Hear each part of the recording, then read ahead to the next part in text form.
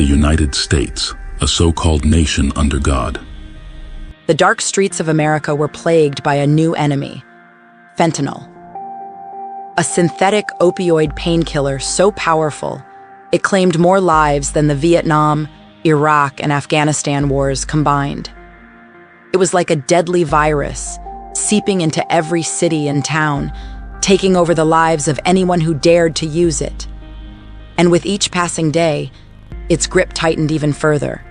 Children as young as 10 were falling victim to fentanyl's deadly embrace, their deaths increasing by a staggering 182%. But even adults were not safe from its clutches. It was now the leading cause of death for Americans ages 18 to 49. The government tried to combat its spread with awareness campaigns and life-saving medication like Narcan, but it seemed like a losing battle.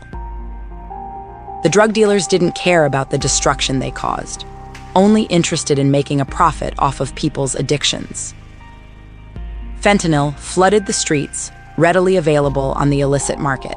In just 2 milligrams, this lethal drug could end a person's life. In Texas, overdose deaths involving fentanyl rose by nearly 400% in just 2 years. And it wasn't just fentanyl alone. Oftentimes, it was mixed with other drugs, causing what they called polysubstance overdoses. The death toll continued to rise, and no one seemed to have an answer on how to stop it. It was a race against time as law enforcement scrambled to take down the ruthless drug lords responsible for spreading this poison. Lives hung in the balance as the streets became a battleground between those fighting for justice and those profiting off of misery. One thing was certain: in this war against fentanyl, there would be no winners, only casualties.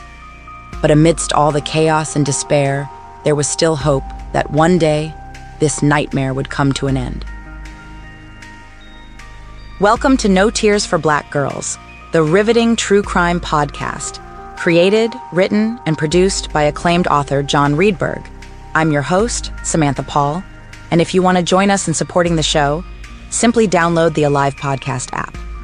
Make sure to also subscribe to us on YouTube and follow us on social media at No Tears for Black Girls and at No Tears for BG on X.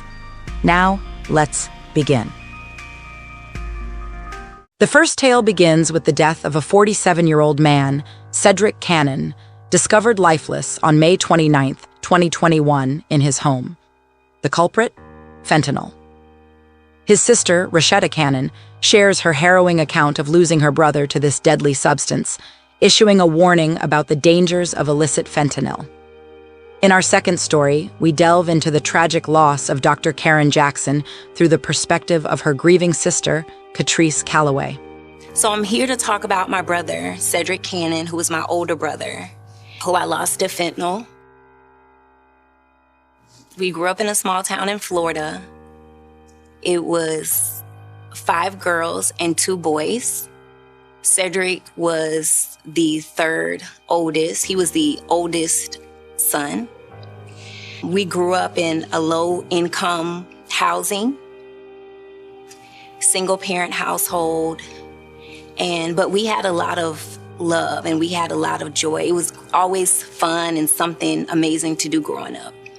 My fondest memories of Cedric, he loved the Lakers, and he always had this Lakers jersey in the closet, and I would open the closet and I would always want to wear his jersey. I loved it.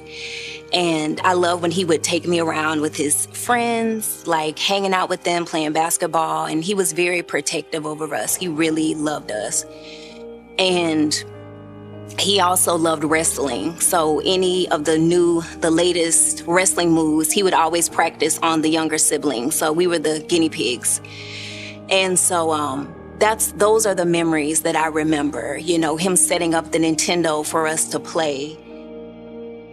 My mom said as a child, he loved to go to church. My mom, she was a Sunday school teacher for many years. She still actually goes to the same church that we grew up in. So she's been there over 40 years. So we always had that foundation in the church. Even in Cedric's addiction, he always carried that with him. He never lost that. And my mom said when he was a little boy, he would always carry this little Bible around with him. And he loved going to church. And in school, he was very comical. Like, he was a good kid. He was obedient, but he loved to make people laugh. He was kind of like, they would say he was like the class clown. My mom said about when she ended up marrying my stepfather. Cedric was about 19 at the time, she said. And then he, moved out at the time. He started experimenting with drugs. And that began his downward spiral with addiction. I don't remember exactly what age, but I remember one of my siblings mentioning that, my brother was on drugs. And I remember I didn't want to believe it. I was in complete denial. And I was like, if I don't deal with this, it's not true. And because I wasn't around him all of the time, I went off to college, and it made it easy to just not believe that it was true. As I got, older, I would notice different things, but he was never like the stereotypical, if you see somebody and you say, oh, I can tell they're an addict. Even, before he passed, he never had the typical, addict, whatever that stereotype is. He never had that. Like, he never looked to me like an addict. But our family, like people that are close to us, we would know, like he would ask for money or he would do certain things. There was, that comes with addiction. And the thing about it, we're from a really small town. So if you're doing something, if you're, word gets around, so that was another thing. We're from a small town. People start talking. And then also too, he was open about it as well. Like, he wouldn't hide his addiction. He was open about it. Hey, I'm not no preacher, and I'm not so filled with the Holy Ghost and living perfect or nothing. But I need help. You know what I'm saying? And I figure a lot of y'all need help too. A lot of y'all be liking some of my posts and be seeing a lot of things that I write on Facebook, and I don't want nobody to never think that I'm holier than thou or and got that type of attitude. I'm just a person who I like to fellowship with those who may feel where I'm coming from, or may understand the spiritual warfare that goes along with those who are trying to seek Christ. So if you got any problems or you got any issues that you're going through and you need somebody to talk to, I'm here for you. You know what I'm saying? You can inbox me. You know what I'm saying? I see my number, or we can talk on to Messenger, whatever, man. It does a lot to help my soul. And it uplifts my spirit, the fellowship with those who are suffering or those who have testimony. So I'm just throwing it out there for anybody who might feel that this is for anyone. Don't feel embarrassed or none of that. I'm an open book. I don't got nothing to hide. So God just put it on my heart to put this out there. So feel welcome if you want to. God bless us. My sister said that he told her at 17, that's when he started experimenting with drugs with a family member. And so she said, I don't know when this was, but there was a certain time, she was in the car, they were riding together, and he broke down to her and he said that he didn't want that life for himself, but it's just one of those things that he just didn't know how to get free from. And it just kind of followed him for the rest of his life until it ended his life. I asked my mom when she found out, and she said it was not until years later because she never noticed any differences in his behavior or, and she was so clueless, like drugs. We didn't deal with anybody in our family with drugs, so that wasn't on the radar. It was nothing that we would be looking for or pick up on any cues. So it really blindsided her that this was an issue. So at first, I know at a time that he was addicted to cocaine. And then I know at one point it was crack. And then at the time of his death, his autopsy report said it was meth toxicity and fentanyl toxicity. So I'm not sure when, he started diving into other things. And right before he passed, my niece was taking him somewhere and she was talking to him about fentanyl, and he told her, no, I don't do that. I don't do that. And so I know it wasn't something that he was out looking for, or even though he had battled with addiction, we had heard about other people in our hometown that had died from fentanyl, and he was, telling my sister about it, like, hey, this guy that we all knew from our hometown, like, can you believe, like, this guy, he passed away? And they were like, oh, that's so sad. So just a little backstory. So many things were happening leading up into his death.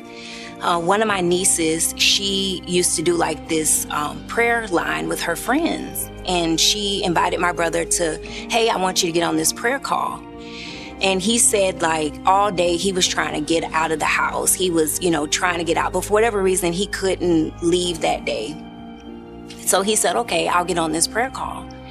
And so they ended up like praying for him, and they had him read Psalm 91. And he was like, oh, this was awesome. I'm going to come back on the next night. Well, the next night, nobody could find him. Nobody could get a hold of him for a couple days. When he was found, they believe he had already been gone for 2 days. And that was so devastating to know that, he died alone. That was hard for me and my mom because we both felt that way, like he had to die alone.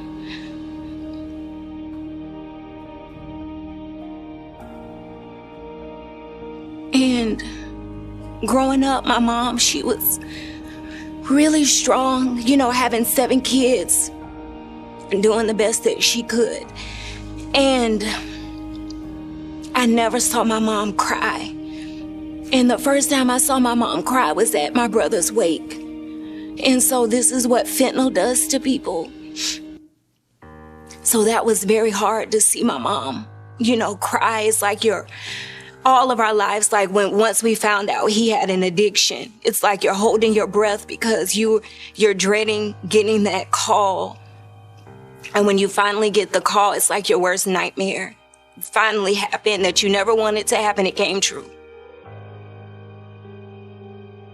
I've lost people before, but this is just so different when it's your sibling, when it's to something that's like an addiction that this person has wanted to get out of and they can't, and you don't know how to help. Like when I found out about this, I was so young. I didn't know what to do. I didn't want to deal with it.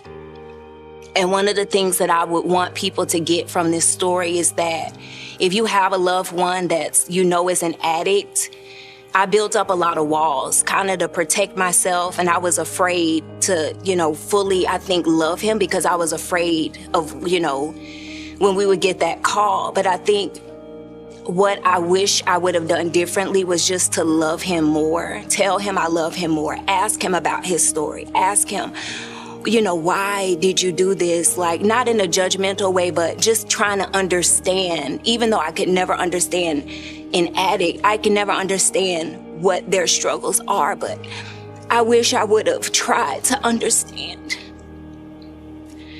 his perspective and his struggles and let him know that, I was there for him. I was supporting him, not his addiction, not saying to enable them, but just, I think it has to be a balance. You don't want to enable them, but you also want them to know that, I still love you.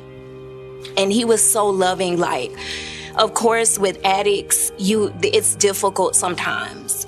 The lying, they can manipulate, asking for money, so it can be very easy to build up walls. But I think there has to be the balance of the compassion as well, knowing that most people don't set out to be addicts. They don't, want this life, but it's so hard to get out. So that's why it's don't even start. Don't try anything. Don't start it. Don't do it. So the investigation really didn't go too far. I feel like, as I hear with a lot of cases, it's kind of like, once it's found that they've passed from fentanyl, it's closed book, it's over. And that's basically how it was. It was no further investigation really after that.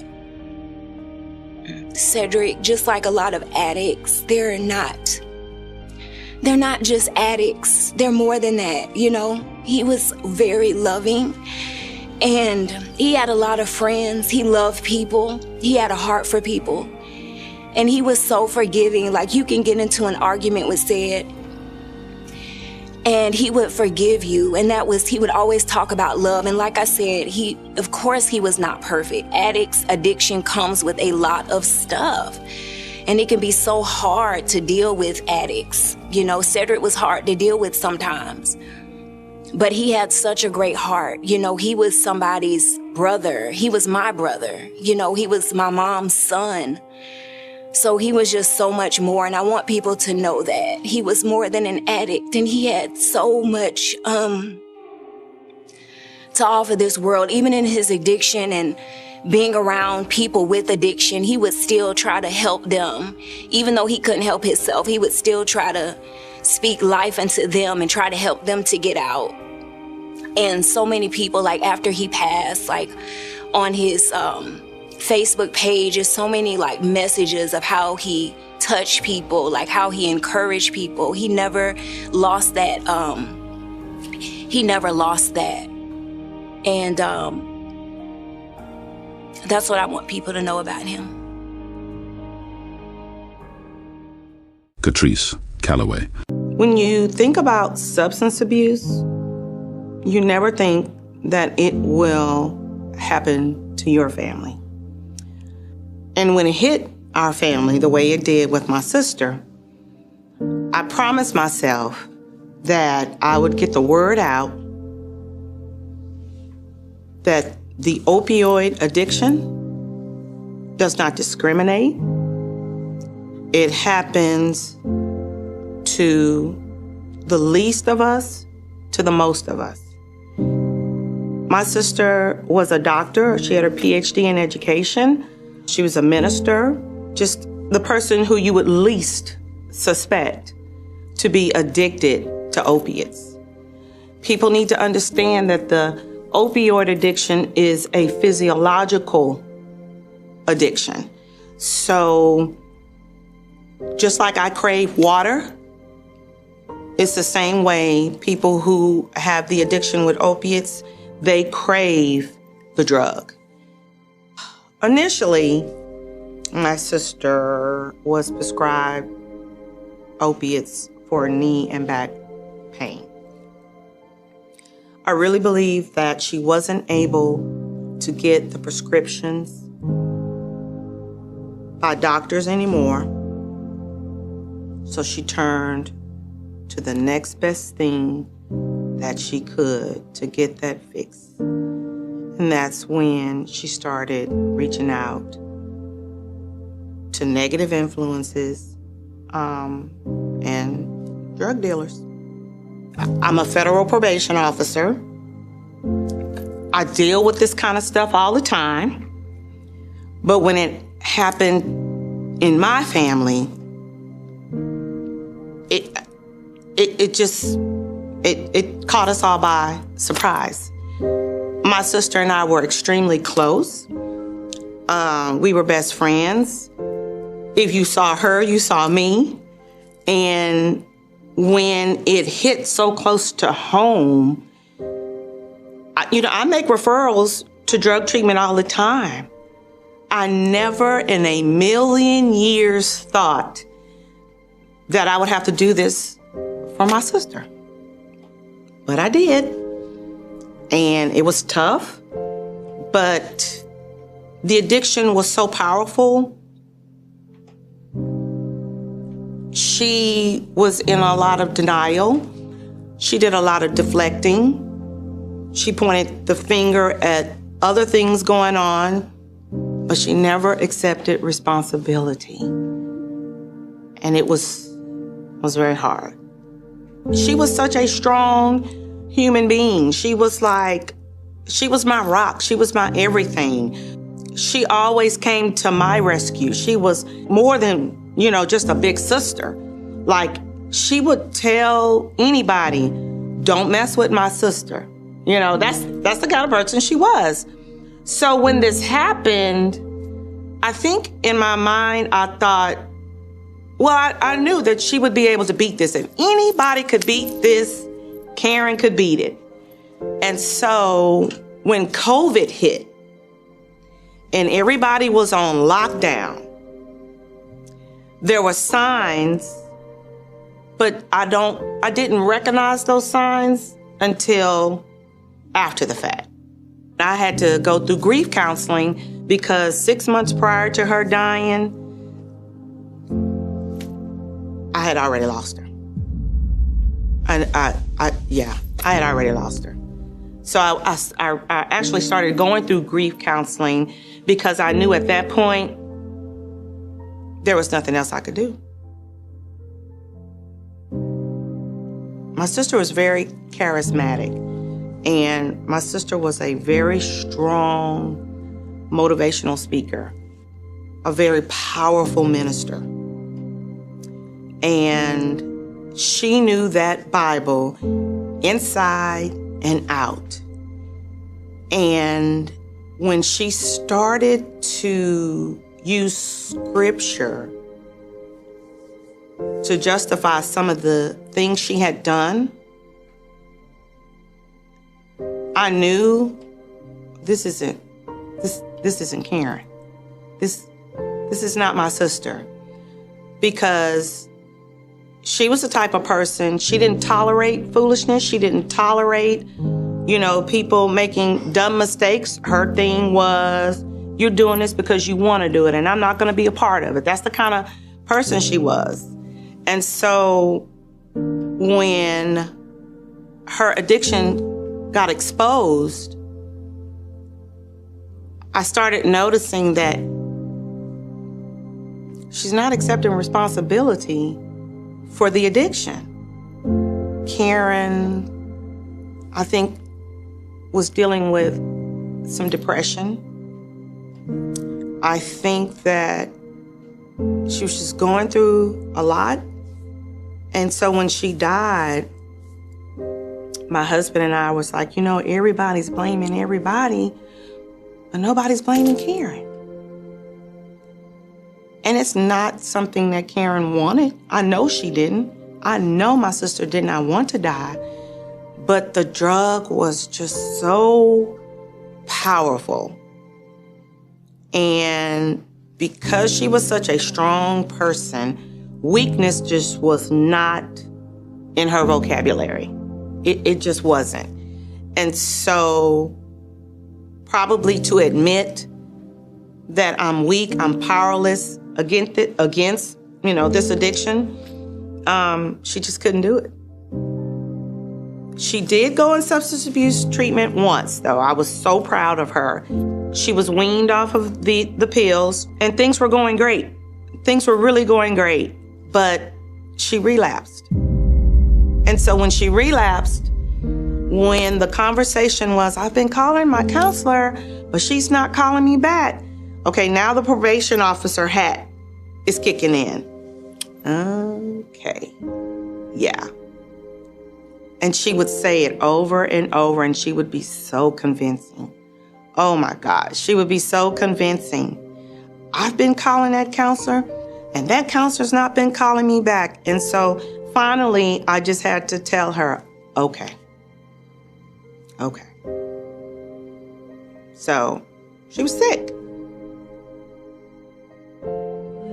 I was at work and got a phone call that the paramedics were at her house and they couldn't resuscitate her.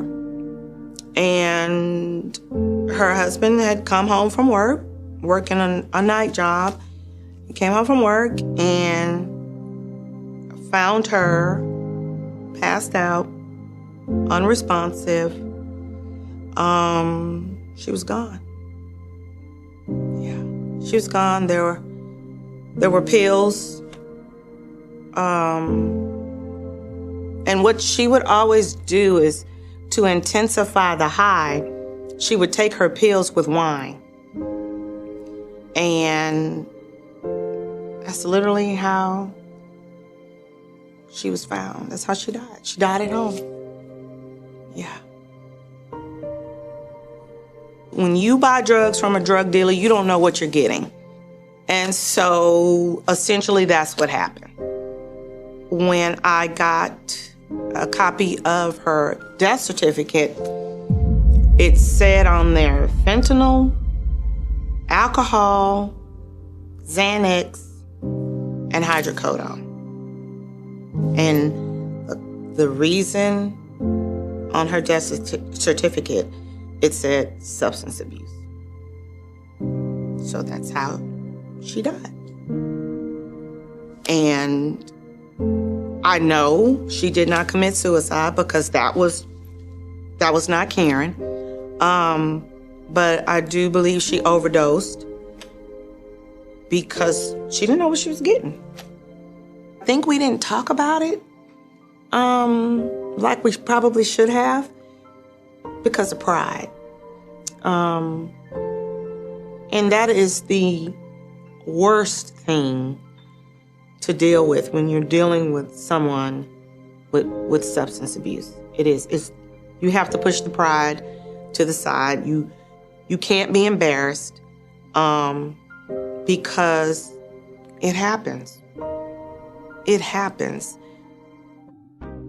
Thank you for tuning in to No Tears for Black Girls, now a part of the Alive Podcast Network, the first Black female-owned and operated network dedicated to amplifying Black voices. If you enjoyed this episode, please show your support by following us on the Alive Podcast app, available on both iPhone and Android. You can also stay connected with us on social media and YouTube at No Tears for Black Girls, or on X at No Tears for BG. Remember to stay loved, stay blessed, and stay safe. Until next time.